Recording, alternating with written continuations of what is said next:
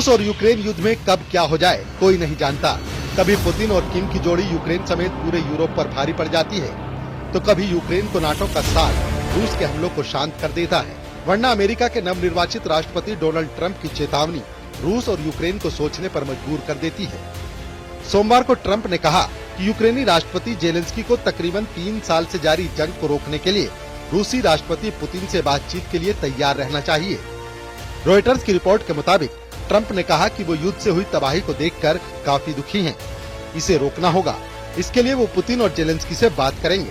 हालांकि ट्रंप ने ये नहीं बताया कि वो यूक्रेन जंग को कैसे रुकवाएंगे, लेकिन रूस ने यूक्रेन पर हमले तेज कर दिए हैं। महज 2 घंटे में पुतिन की सेना ने 300 यूक्रेनी सैनिकों को मार गिराया और 60% यूक्रेन पर कब्जा कर लिया है। जब पूरी दुनिया की निगाहें सीरिया युद्ध पर जमी हुई थी, उस वक्त पुतिन का रूस यूक्रेन पर ऐसे भीषण जमीनी और हवाई हमले कर रहा था जिसने यूक्रेन के अंत की शुरुआत कर दी है। हम आपको 1025 दिन से चल रहे रूस यूक्रेन युद्ध के वो 5 खतरनाक अपडेट दिखाने जा रहे हैं, जिससे साबित हो जाएगा कि पुतिन को अगर जरूरत पड़ी तो वो यूक्रेन जंग जीतने के लिए अगले 45 दिन के अंदर यूक्रेन और नेटो देशों पर बड़ा परमाणु हमला कर सकते हैं। पुतिन ने उत्तर कोरिया के सुप्रीम लीडर किम के सैनिकों के जरिए पूर्वी यूक्रेन में भीषण तबाही मचाई है। हम आपको बताएंगे कि किम के लड़ाकों ने कैसे और कहां यूक्रेन के 300 सैनिकों को भून डाला। इसके अलावा हम आपको ये भी दिखाएंगे कि पुतिन ने किस तरह से पूर्वी यूक्रेन के 60% इलाके पर कब्जा कर लिया है। और इन दोनों खबरों से ज्यादा खतरनाक वो खबर भी दिखा रहे हैं जिसमें अमेरिका ने रूस के खिलाफ अपनी डार्क ईगल मिसाइल को रूस की हाइपरसोनिक ऑरेशेनिक मिसाइल के खिलाफ युद्ध में उतार दिया है। यानी अब पूर्वी यूक्रेन का प्रचंड युद्ध परमाणु युद्ध के करीब पहुंच चुका है।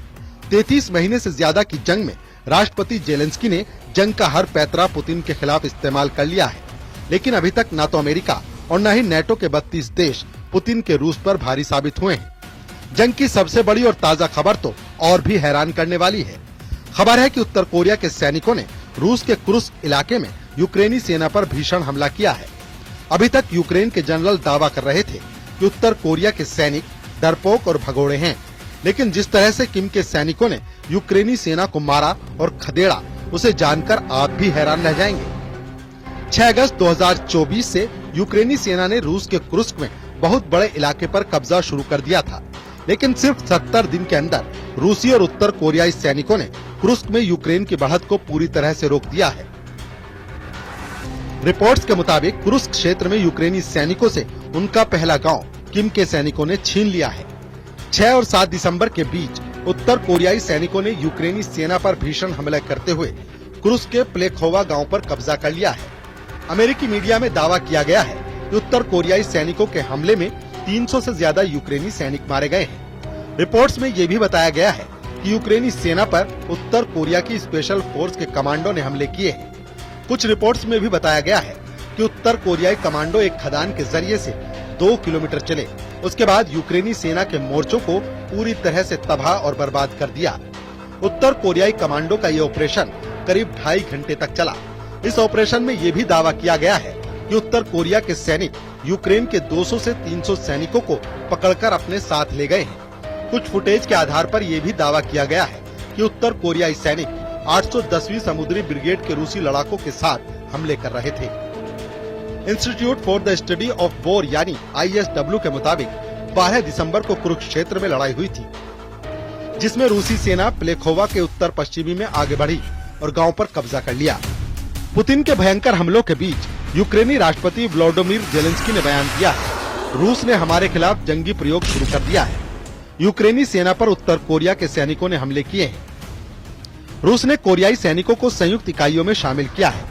कुरुक्षेत्र में इस प्रयोग के जरिए हमले किए जा रहे हैं, लेकिन हमारे पास जानकारी है मॉस्को ने इस युद्ध में एक और दूसरे देश को शामिल किया है। जितना संभव हो सके रूस इनका इस्तेमाल करेगा।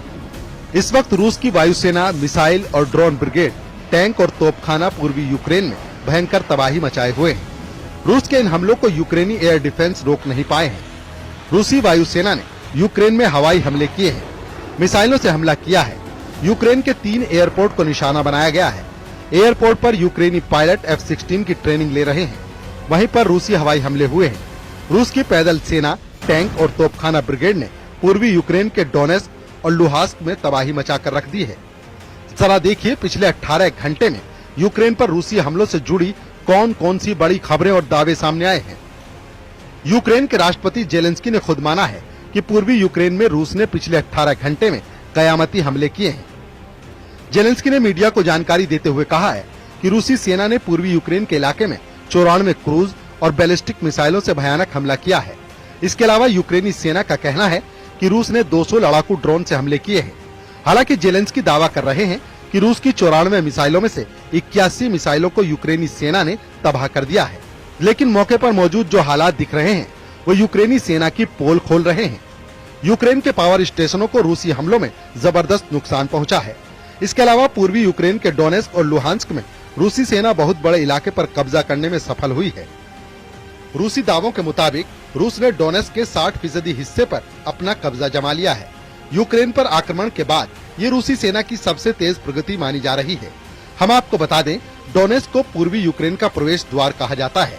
अब यूक्रेन का पूर्वी मोर्चा पूरी तरह कमजोर हो चुका है।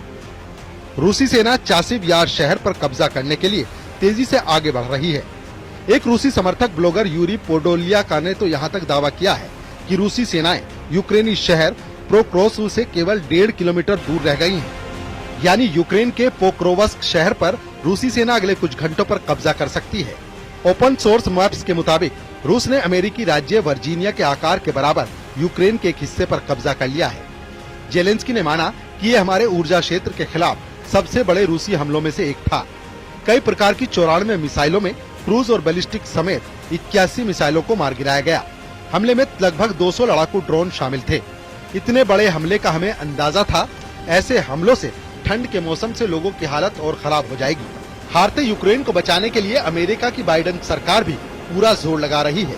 हम आपको आगे बताएंगे कि रूस ने यूक्रेन के किस इलाके पर 60% तक कब्जा कर लिया है। लेकिन उससे पहले ये जान लीजिए कि अमेरिका रूस की नई हाइपरसोनिक मिसाइल ओरेशनिक को मात देने के लिए किस मिसाइल से हमला करने जा रहा है। अमेरिकी मीडिया की रिपोर्ट के मुताबिक अमेरिका ने जंग के मैदान में अब super hypersonic missile dark eagle को रूस के खिलाफ उतार दिया है। हम आपको बता दें कि रूस ने 21 नवंबर 2024 को अपनी नई हाइपरसोनिक मिसाइल ओरेशनिक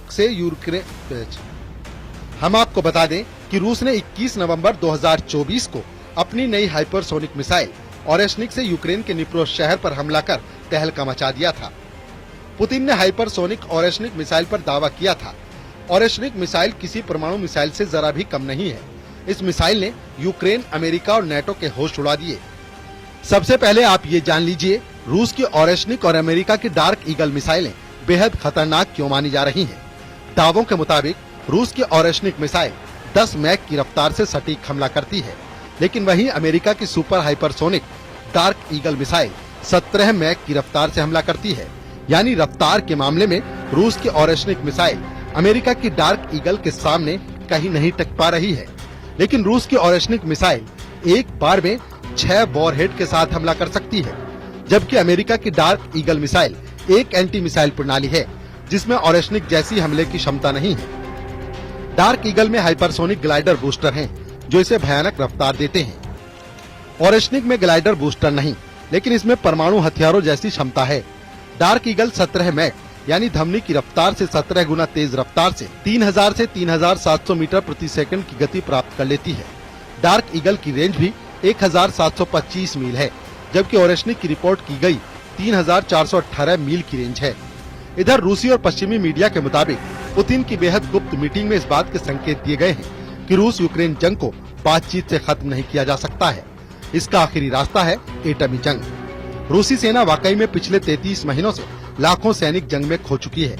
यूक्रेनी रक्षा मंत्रालय के दावे के मुताबिक 1025 दिनों की जंग में रूस के 7,52,000 से ज्यादा सैनिक मारे जा चुके हैं।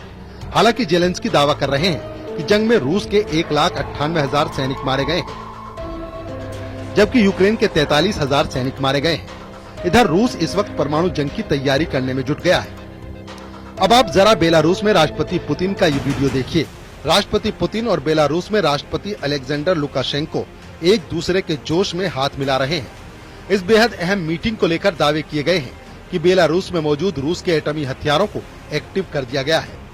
इसके अलावा रूस ने अपने ओरेशनिक हाइपरसोनिक मिसाइल को बेलारूस में पहुंचाने की भी डील फाइनल कर दी है। यानी पुतिन बेलारूस को एक युद्ध का पावर सेंटर बना चुके हैं, जो यूक्रेन और नेटो के लिए काल साबित होगा। रूस के विदेश मंत्री सर्गेई लावरोव ने तो डंके की चोट पर कह दिया कि अगर परमाणु युद्ध होता है तो इसके लिए अमेरिका और नाटो देश सीधे तौर पर जिम्मेदार होंगे। हैरानी की बात तो ये है कि हारते यूक्रेन को जिताने के लिए जाते जाते राष्ट्रपति बाइडेन अरबों रुपए यूक्रेन को दे रहे हैं। अमेरिकी मीडिया के मुताबिक अमेरिका ने यूक्रेन को 4.2 हजार करोड़ की सैन्य सहायता का ऐलान कर दिया है। इस पैसे से यूक्रेन को ज्यादा घातक हथियार और मिसाइल देने की तैयारी हो रही है। लेकिन पुतिन की रूसी सेना जिस तेजी से यूक्रेन पर हमले कर रही है, उससे साफ है कि यूक्रेन का अंत शुरू हो चुका है, जिसे अब अमेरिका भी नहीं रोक पाएगा।